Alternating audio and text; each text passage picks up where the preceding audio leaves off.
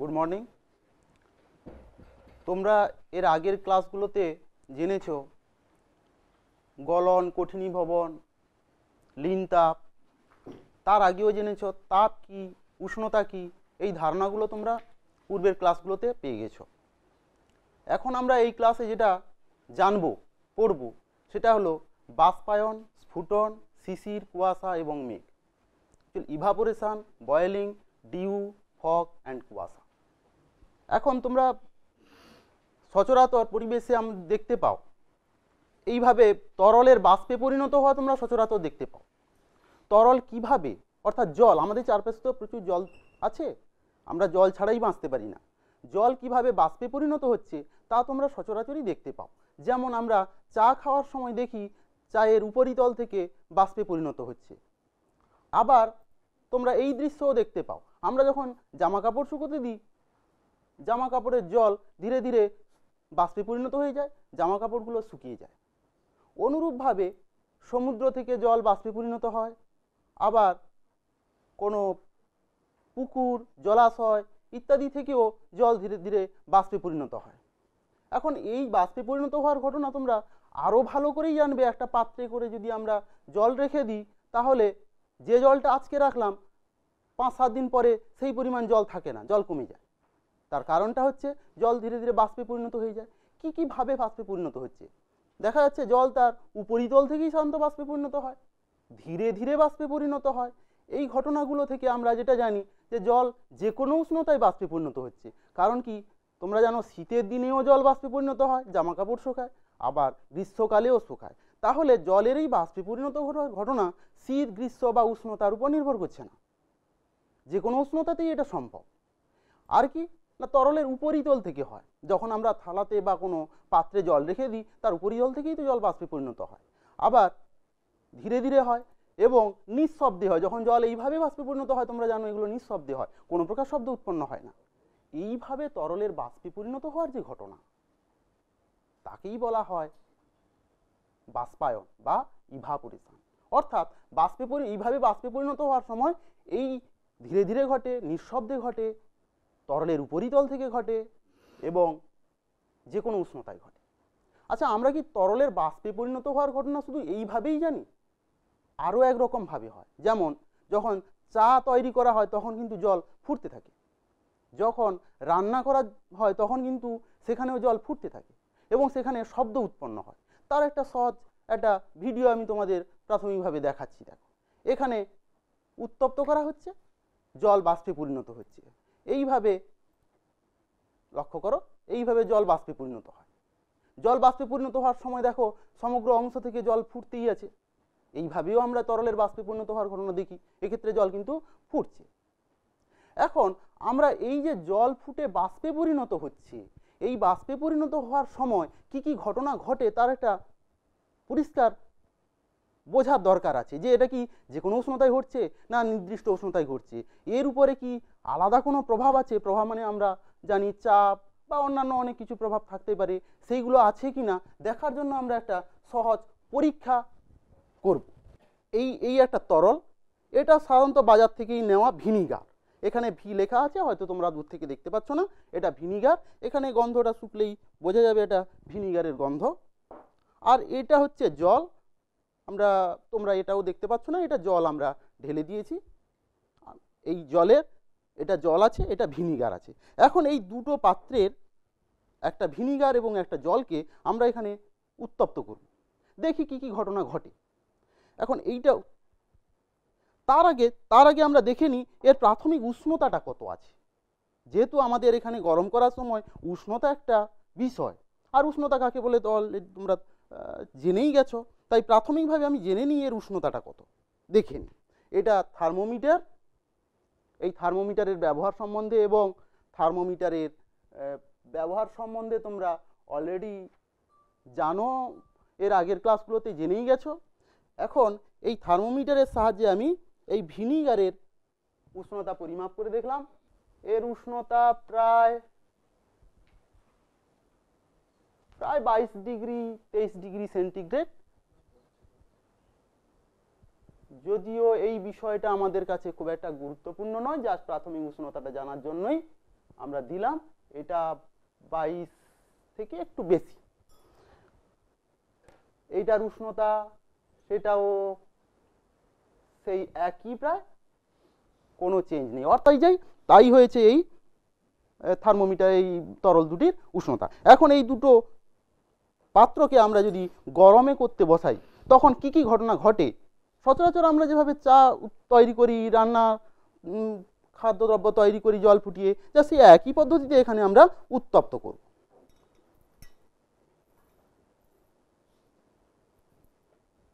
পাশাপাশি দুটো ফ্লাস্ককে রেখে, বিকারকে রেখে এই তরল দুটোকে আমরা উত্তপ্ত করতে বসলাম। এখন বিষয়টা হচ্ছে এই তরল উত্তপ্ত হতে যথেষ্ট সময় লাগবে। এই তরল উত্তপ্ত হওয়ার সময় আমরা যদি বসে বসে দেখি আমাদেরও ভালো লাগবে না। এই উত্তপ্ত হোক, ততক্ষণে আমরা আরেকটা বিষয় নিয়ে আলোচনা করি। এই যে পাত্র, তাতে জল আছে, কিন্তু জলের চারপাশে কি আর কিছু নেই?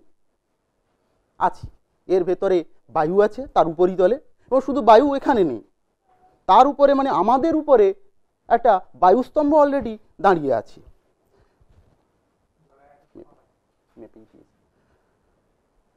এখন জল দুটো লক্ষ্য করলে বুঝতে পারবে, জল দুটোকে কিন্তু আমি মেপেই 100 ml 100 ml প্রায় এরকম মেপেই দিয়েছি। দুটো পাত্রেই প্রায় সমান তরল আছে।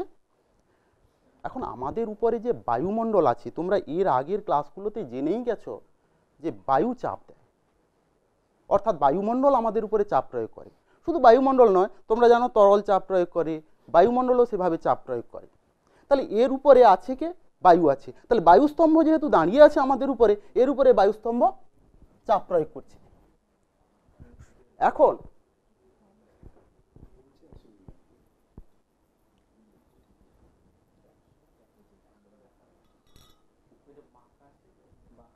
প্রায় 100 ml নিয়েছি আমরা, যদিও প্রায় 100 ml আমরা নিয়েছি, যদিও এই 100 mlটা আমাদের কাছে সেই পরিমেয় নয়। এখানে ভর যেহেতু আমাদের পরিমেয় বিষয় নয়, তার জন্য আমরা ওই কাছাকাছি 100 ml নিয়েছি। এখন আমাদের জানার বিষয়টা হচ্ছে বায়ু যে চাপ দেয়, এর উপরে তাহলে বায়ুস্তম্ভ আছে, বায়ুস্তম্ভ চাপ দিচ্ছে। এখন বায়ুস্তম্ভ চাপের ফলে, বায়ুর চাপের ফলে এই তরল ধীরে ধীরে ফুটবে। আমরা একটু পরেই দেখতে পাবো কি ঘটনাগুলো ঘটে। এখন আমাদের একটা জানার বিষয় যে চাপ যদি কোথাও কমে যায়, ধরো তোমরা এই একটা আমি সহজ পরীক্ষা দেখাচ্ছি। একটা সিরিঞ্জের মধ্যে, এই সিরিঞ্জের মধ্যে একটা ইঞ্জেকশনের সিরিঞ্জ, এটা তো তোমরা সচরাচর দেখতে পাও। এই ইঞ্জেকশনের সিরিঞ্জের মধ্যে এতটা পর্যন্ত বায়ু নিয়েছি, আরও যে আমরা কমিয়েও দিতে পারি, বাড়াতেও পারি, এর ভেতরে বায়ু আছে।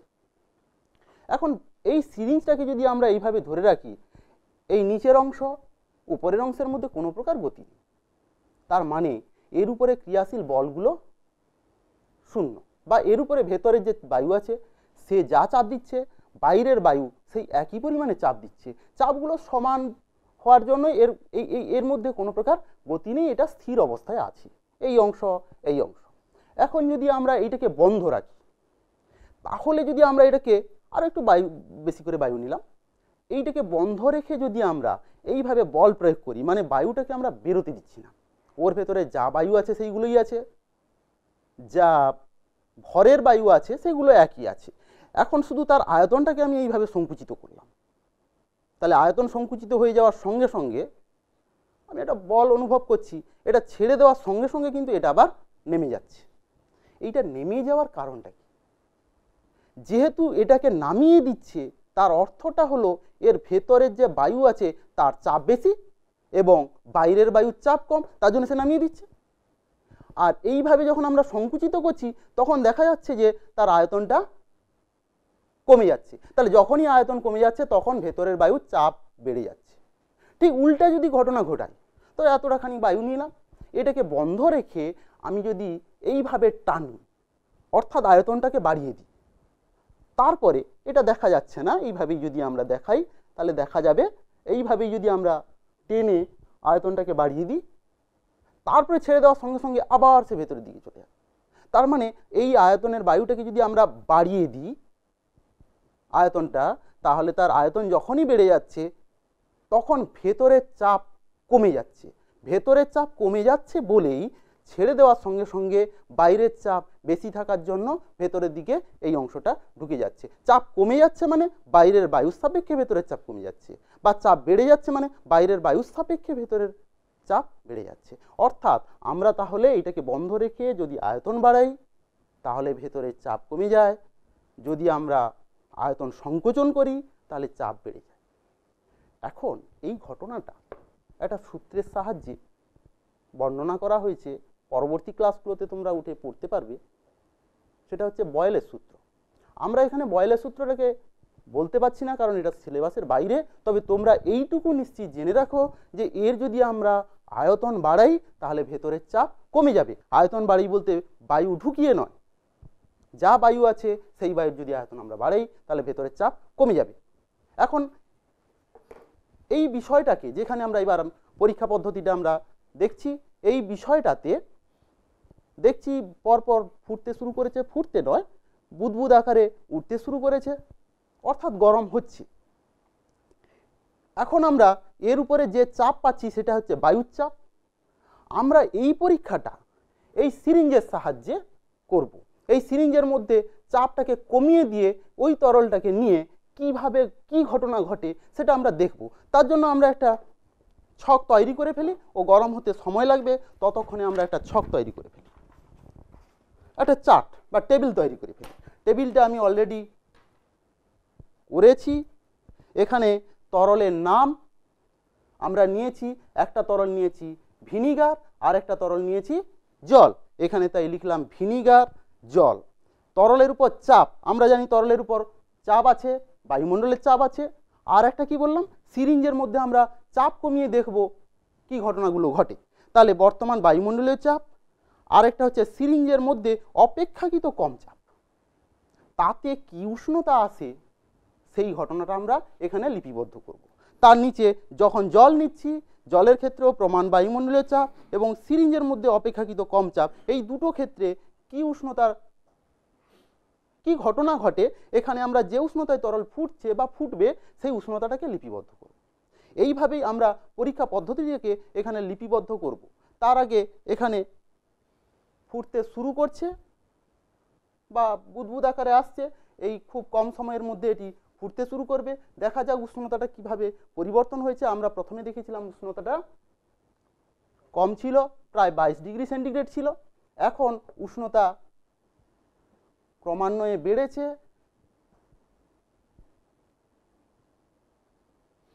উষ্ণতা বেড়ে প্রায় 86 ডিগ্রির কাছাকাছি। অনুরূপভাবে এটার উষ্ণতা কত হয়েছে সেটা আমরা দেখতে পারি।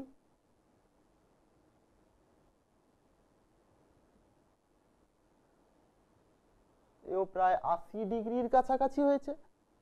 এখন এই যে ফুটতে শুরু করেছে, আমরা যদি একটু সময় দিই দেখছি ফোটেনি, এখনো বুদবুদ আকারে উঠছে, এটা ফুটতে শুরু করেছে। এর উষ্ণতাটা একটু পর্যবেক্ষণ করার দরকার আছে ধীরে ধীরে। তাহলে 22 ডিগ্রি থেকে এখন 86 ডিগ্রি, আর এর উষ্ণতা হয়েছে প্রায় 80 ডিগ্রির কাছাকাছি। এখন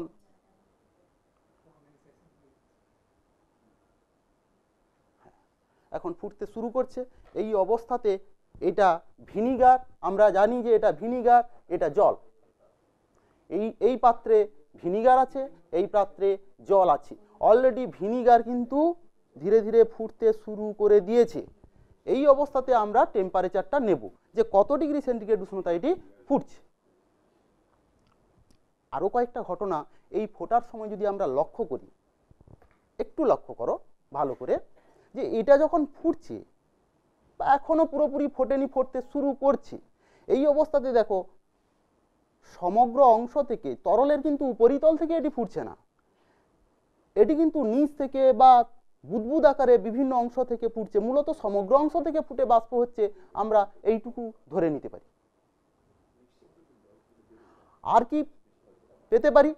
তরলের নির্দিষ্ট উষ্ণতা, এখনো পর্যন্ত আমরা নির্দিষ্ট উষ্ণতা বলতে পারবো না। তরলের সমগ্র অংশ থেকে ফুটে বাষ্প হচ্ছে।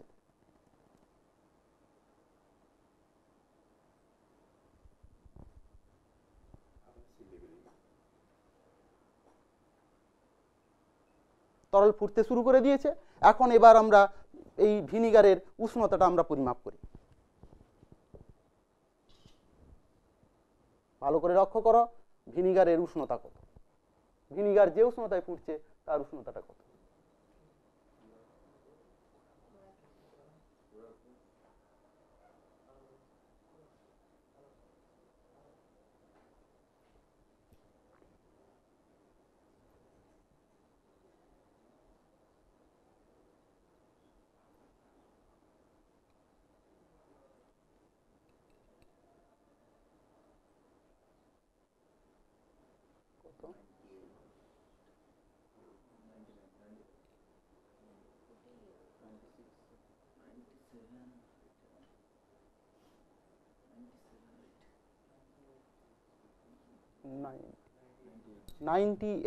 Ninety eight degree centigrade. এটা কিন্তু 98 ডিগ্রি সেন্টিগ্রেড। আর এটার উষ্ণতা আমি দেখি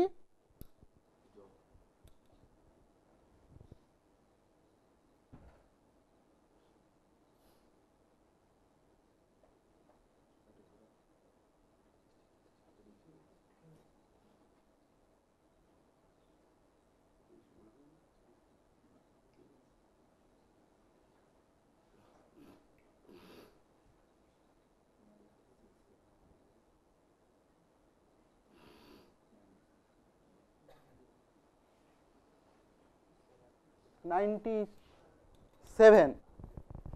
এইটা কিন্তু ভিনিগার, তোমরা লক্ষ্য করলে বুঝতে পারবে এটা লেখা আছে ভি, অর্থাৎ এটা ভিনিগার এবং এটা জল। এই ভিনিগারের উষ্ণতা তাহলে আমরা পেলাম কত? ভিনিগারের ফাইনাল উষ্ণতা পেলাম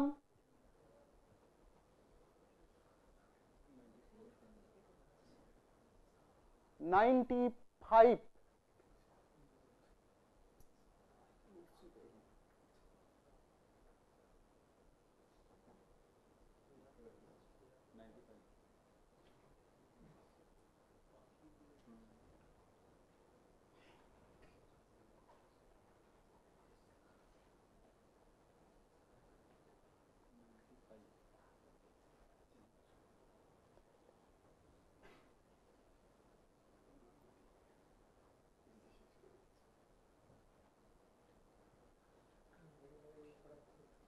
কত দেখতে পাচ্ছ?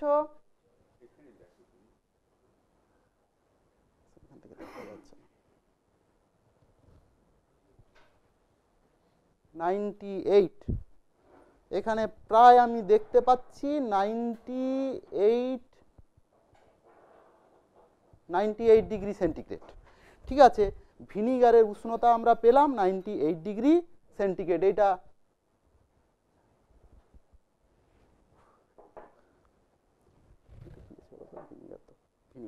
এই ভিনিগারের উষ্ণতা আমরা পেয়েছি 98 ডিগ্রি সেন্টিগ্রেড। ভিনিগারের উষ্ণতা 98 ডিগ্রি সেন্টিগ্রেড বায়ুর চাপে 98 ডিগ্রি সেন্টিগ্রেড। কিন্তু এই জলের উষ্ণতাটা আরেকবার দেখে নিই কত ডিগ্রি সেন্টিগ্রেড উষ্ণতায় ফুটছে। আমি যদি এদিক থেকে দেখি প্রায় 99 ডিগ্রি সেন্টিগ্রেড, প্রায় 99 ডিগ্রি সেন্টিগ্রেড। তাহলে জলের এই স্বাভাবিক বায়ুমণ্ডলের চাপে জলের উষ্ণতা হলো 99 ডিগ্রি সেন্টিগ্রেড। এই অবস্থাতে আমি এটাকে নামিয়ে রেখে দিলাম, হিটারটাকে বন্ধ করলাম এবং এটাকে নামিয়ে রেখে দিলাম। এটা কিন্তু মনে রাখবে জল, আর এটাতে আছে ভিনিগার। এইবারে আমরা বর্তমান বায়ুর চাপে এই দুটো তরলকে নিয়েছি, তা ফুটেছে কত ডিগ্রি সেন্টিগ্রেড উষ্ণতায়? না, ভিনিগার ফুটেছে 98 ডিগ্রি সেন্টিগ্রেড উষ্ণতায়, জল ফুটেছে 99 ডিগ্রি সেন্টিগ্রেড উষ্ণতায়। তবে এটা মনে রাখবে এগুলো কোনোগুলোই বিশুদ্ধ জল বা বিশুদ্ধ ভিনিগার নয়। বিশুদ্ধ জল যদি আমরা নিতে পারতাম তাহলে এর উষ্ণতাটা 100 ডিগ্রি সেন্টিগ্রেডই হতো। যাই হোক, আমরা সেই বিশুদ্ধ জল নিতে পারিনি, তার জন্য এর উষ্ণতা হয়েছে 99 ডিগ্রি সেন্টিগ্রেড উষ্ণতায় ফুটেছে। কিন্তু এই ফোটার সময় আমরা কি কি লক্ষ্য করেছি সেটা একবার দেখে নিই। যে তরল একটা নির্দিষ্ট উষ্ণতায় ফুটে বাষ্পে পরিণত হচ্ছে, আর কি ঘটনা ঘটেছে? সমগ্র অংশ থেকে তরল বাষ্পে পরিণত হয়েছে, সেটা আমি বলেছি। তরল ফোটার সময় দেখেছ এটা দ্রুত ফুটে বাষ্পে পরিণত হয়েছে, যদি আমরা নামিয়ে দিয়েছি আরেকবার দেখানো যেত। আর শব্দ উৎপন্ন হচ্ছে, যখন ফুটে বাষ্পে পরিণত হচ্ছে তখন সেটি শব্দ উৎপন্ন হচ্ছে। যে কোনো তরলের বা জলের বা ভিনিগারের এইভাবে ফুটে বাষ্পে পরিণত হওয়ার ঘটনাকেই বলা হয় স্ফুটন বা বয়েলিং। এখন আমরা একটা জিনিস দেখব, ভিনিগার, এই ভিনিগার যেটা, সেটা কিন্তু এখন আর ফুটছে না। এই অবস্থাতে দেখি ওর উষ্ণতাটা কত। নিশ্চয়ই এতক্ষণে আর উষ্ণতা 99 বা 98 ডিগ্রি সেন্টিগ্রেড নেই, একটু কমে গেছে। দেখা যাক এর উষ্ণতা কত আছে। এই মুহূর্তে উষ্ণতা যদি আমরা দেখি, তাহলে ভিনিগারের উষ্ণতা পাবো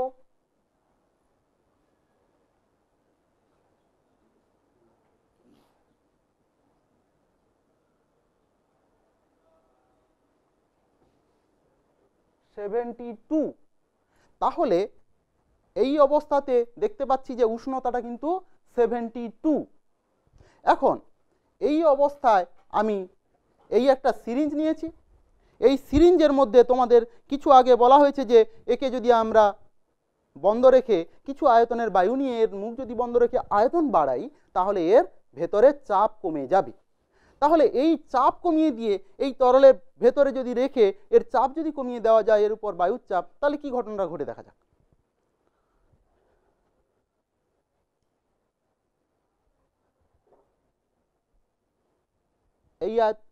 এই আয়তনের বায়ু নিয়েছি আমরা, এই আয়তনের জল নিয়েছি, বায়ুর আয়তনটাকে আরেকটু বাড়ানো যেতেই পারে।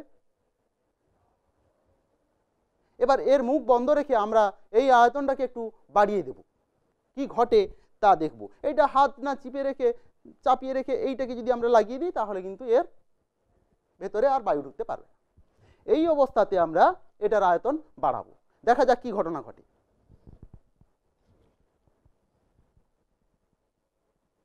দেখা যাচ্ছে ওটা ফুটছে, কিন্তু সেই পরিমাণ ফুটছে না। তবে আর একবার আমরা পরীক্ষাটা করলে বিষয়টা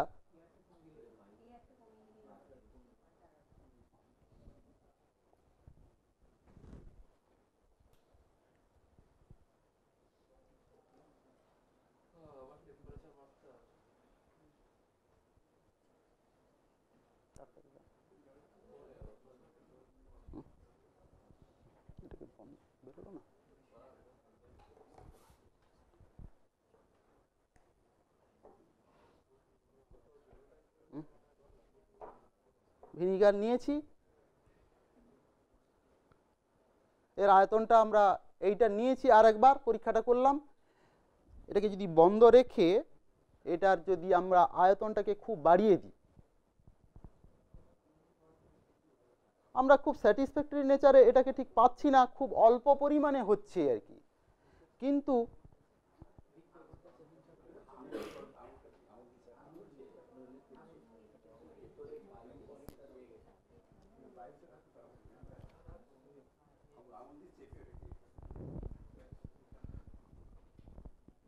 হ্যাঁ, বুঝতেই পেরেছো যে এখানে ফুটছে।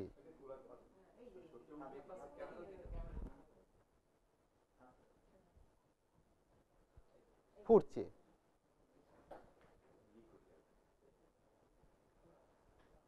অর্থাৎ চাপ কমিয়ে দেওয়ার সঙ্গে সঙ্গেই বোঝা যাচ্ছে যে এর ভেতরে তরল কিন্তু ফুটতে শুরু করেছে। প্রথমে কিন্তু সম্ভব হয়নি, তোমরা লক্ষ্য করেছো এইটা চাপিয়ে দিয়েছিলাম, আসলে এইটা চাপিয়ে দেওয়ার পরে ওর ভেতর দিয়ে হাওয়া, কোনো প্রকারের ছিদ্র আছে, হাওয়া লিক করে গেছে। এরপরে যদি আমরা এটাকে জল নিই, তাহলে আমি বলতে পারি যে জল যে ফুটছে তা সিরিঞ্জের মধ্যে বায়ুর থেকে কম চাপে কত ডিগ্রি সেন্টিগ্রেড দেখেছিলে তোমরা? 72 ডিগ্রি সেন্টিগ্রেড উষ্ণতা। 72 ডিগ্রি সেন্টিগ্রেড উষ্ণতায় ভিনিগার ফুটতে শুরু করেছে বায়ুর এই সিরিঞ্জের মধ্যে কম চাপে। যদি আমরা পরীক্ষাতে এই জলকে নিয়ে করি, তাহলে কি দেখব দেখা যাক।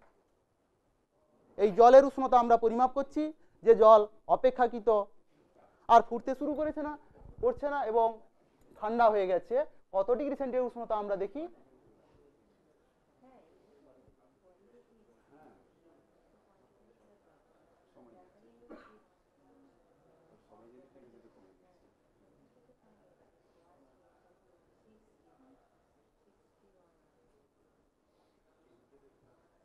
উষ্ণতা প্রায় 60 থেকে 61 এর কাছাকাছি চলে এসছে। 60। তাহলে সিরিঞ্জের মধ্যে অপেক্ষাকৃত কম চাপে এর উষ্ণতা দাঁড়িয়েছে 60। এখন দেখা যায় সেই পরীক্ষাটা যদি একইভাবে করা যায়, এখান থেকে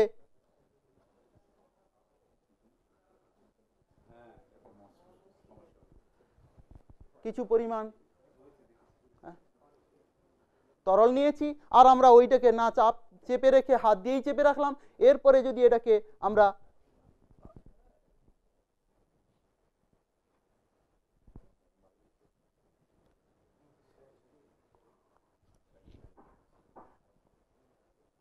তোমরা দেখতে পেয়েছো যে ওটা হচ্ছে, কিন্তু সেই পরিমাণ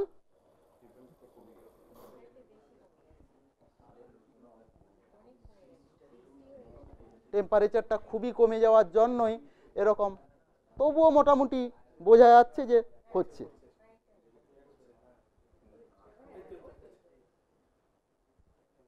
সুতরাং আমরা কম চাপে এই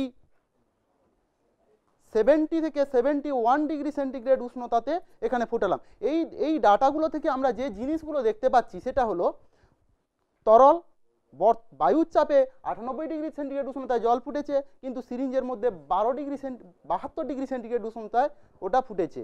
আবার জল, উপরেটা ভিনিগার ছিল, জল বায়ুর চাপে 99 ডিগ্রি সেন্টিগ্রেড উষ্ণতায় ফুটেছে, কিন্তু কম চাপে 70 ডিগ্রি সেন্টিগ্রেড উষ্ণতায় ফুটেছে। অর্থাৎ নির্দিষ্ট চাপে একটা নির্দিষ্ট উষ্ণতায় তরল ফুটতে শুরু করে।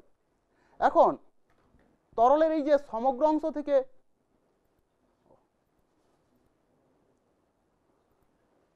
এই যে একটা নির্দিষ্ট চাপে বা স্থির চাপে এই যে নির্দিষ্ট উষ্ণতাগুলোতে বাষ্পে পরিণত হয় ফুটে, এই নির্দিষ্ট উষ্ণতাগুলোকে বলা হয় স্ফুটনাঙ্ক।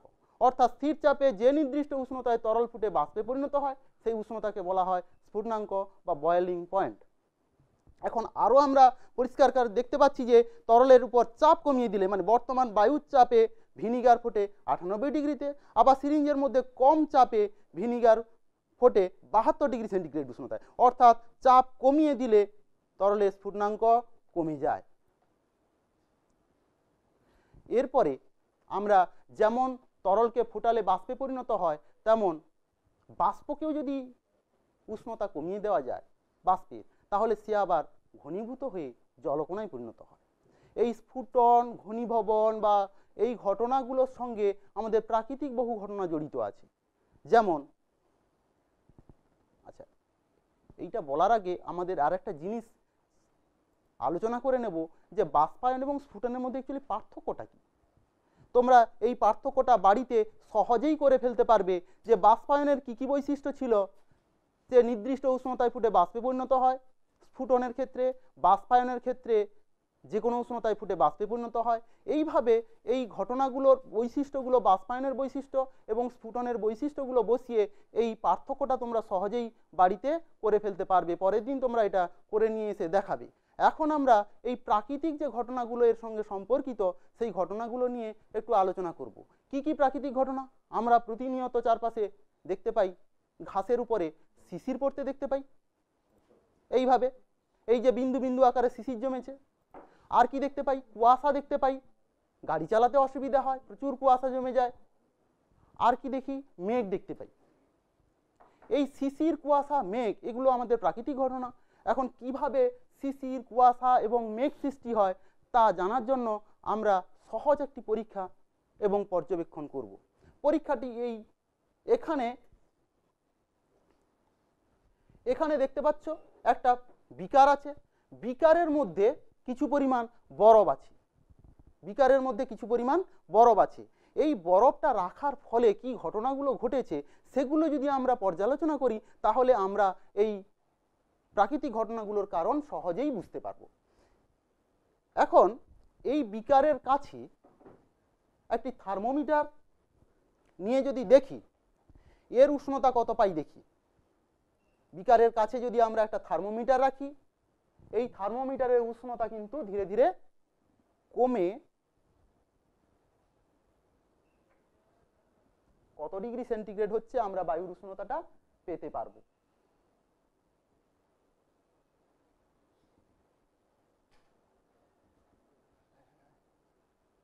তোমরা কত ডিগ্রি দেখতে পাচ্ছ বায়ুর উষ্ণতা বিকারের কাছে? প্রায় কমছে, আরো কমবে।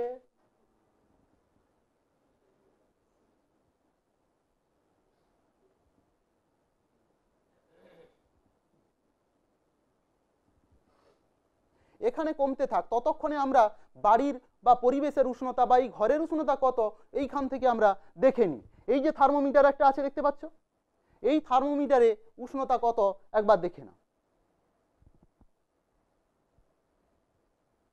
এই উষ্ণতা প্রায় দেখা যাচ্ছে 20-21 ডিগ্রি সেন্টিগ্রেডের কাছাকাছি দেখা যাচ্ছে।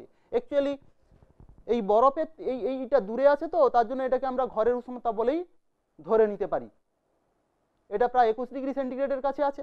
তাহলে আমরা এই এই জিনিসটাকে এভাবেই যদি আমরা লিখি যে ঘরের স্বাভাবিক উষ্ণতা, তাহলে এখান থেকে পাচ্ছি কত? 21 ডিগ্রি সেন্টিগ্রেড। এখন বরফ পাত্রের কাছে, এই বরফ পাত্রের কাছে তাহলে উষ্ণতাটা কত পাচ্ছি সেটা একবার দেখে নেওয়া যাক।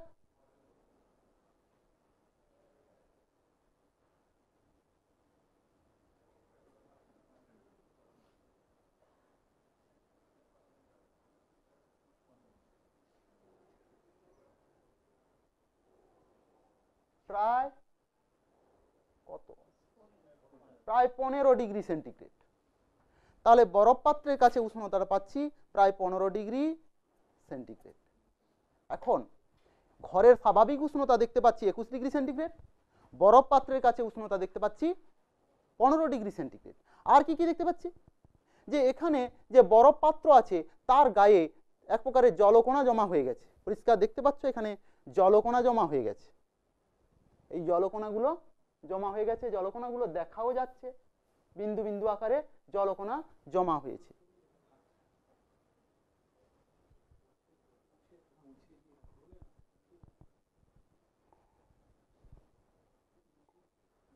এই জলকণাগুলো জমা হয়েছে, এই জলকণাগুলো এখানে এলো কোথা থেকে আমরা যদি একবার ভাবি, তাহলে এখান থেকে সহজেই বুঝতে পারি যে আমাদের ঘরের স্বাভাবিক উষ্ণতা এই থার্মোমিটারে পেয়েছি 21 ডিগ্রি সেন্টিগ্রেড। আর এখানকার উষ্ণতা, বরফের উষ্ণতা আমরা জানি যে ওটা 0 ডিগ্রি সেন্টিগ্রেডে বরফ থাকে, কিন্তু তার বাইরের উষ্ণতা হয়ে দাঁড়িয়েছে 15 ডিগ্রি সেন্টিগ্রেড। এই উষ্ণতাতে কমে যাওয়ার জন্য, বায়ুর উষ্ণতা কমে যাওয়ার জন্য এই বায়ুতে যে জলীয় বাষ্পগুলো থাকে সেগুলো ঘনীভূত হয়ে জলকণায় পরিণত হয়েছে, এবং সেই জলকণাগুলো এই বরফ পাত্রের গায়ে জমা হয়েছে। এই জলকণাগুলো যখন ধীরে ধীরে ঝরে পড়তে থাকবে, তা পড়ে এখানে যদি ঘাস থাকতো বা ভূমি থাকলে তার উপর ক্রমান্বয়ে পড়তে থাকবে। এটা যদি আমরা অনেকক্ষণ সময় দিই তাহলে এখানে দেখতে পাবো যে ঝরে কিছুটা পড়েছে। তোমরা বাড়িতে এই পরীক্ষাটা করতে পারো। কিন্তু এই জলকণাগুলো যেমন মানে ঝরে পড়বে, বায়ুর উষ্ণতা বা পরিবেশের উষ্ণতা যদি ধীরে ধীরে কমতে কমতে একটা নির্দিষ্ট সীমার থেকে কমে যায়, তখনও কিন্তু ওই রকম জলীয় বাষ্প, বায়ু জলীয় বাষ্প ঘনীভূত হয়ে জলকণায় পরিণত হয়। বায়ুর উষ্ণতা একটি নির্দিষ্ট সীমার থেকে কমে গেলে তা কমে বায়ুর জলীয় বাষ্প ঘনীভূত হয়ে জলকণায় পরিণত হবে। এই জলকণাগুলো যখন ঘাসের উপর বিন্দু বিন্দু আকারে জমা হবে তখন তাকে বলা হয় শিশির। তোমরা এই শিশির সচরাচর দেখতে পাও এইভাবে ঘাসের উপর জমা হতে। আবার এই জলকণাগুলো যখন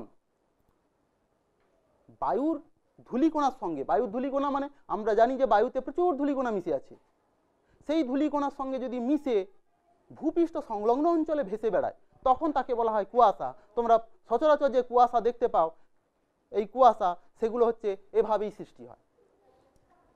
এছাড়া বায়ুর উষ্ণতা কি শুধু ভূপৃষ্ঠ সংলগ্ন অঞ্চলে কমে যায়? না, ভূপৃষ্ঠ সংলগ্ন অঞ্চলে যেমন বায়ুর উষ্ণতা কমে, তখন আমরা জানি বায়ু ভূপৃষ্ঠ থেকে যদি আমরা অনেক উঁচুতে চলে যাই সেখানেও কিন্তু উষ্ণতা কমে যায়। অর্থাৎ ধীরে ধীরে উচ্চতা যত আমরা উঁচুতে যাই ধীরে ধীরে কমতে থাকে। কেন কমতে থাকে নিশ্চয়ই তোমরা পরে বুঝতে পারবে পড়ে, কিন্তু এই মুহূর্তে জেনে রাখো যত উপরে যাওয়া যায় তত উষ্ণতা কমে যায়। সেখানেও যখন এই উষ্ণতা কমে যায়, জলীয় বাষ্প ঘনীভূত হয়ে জলকণায় পরিণত হয়ে বায়ুর ধূলিকণার সঙ্গে মিশে ভেসে বেড়ায়, তখন সেই উঁচুতে যখন ভেসে বেড়ায় তখন তাকে বলা হয় মেঘ বা ক্লাউড। তাহলে আমরা এটা সহজেই বলতে পারি যে কুয়াশা হচ্ছে ঊর্ধ্বাকাশের বা মেঘ হচ্ছে ঊর্ধ্বাকাশের কুয়াশা, আমরা সহজেই এটাকে বলতে পারি। এরপরে আমরা দেখব যে এই যে জলকণায় পরিণত হয়েছে, পাত্রের গায়ে যে সমস্ত জলকণা সৃষ্টি হয়েছে, এই জলকণা সৃষ্টি হয়েছে এবং এর পাশে কাছাকাছি অঞ্চলে উষ্ণতা দেখেছি আমরা 15 ডিগ্রি সেন্টিগ্রেড।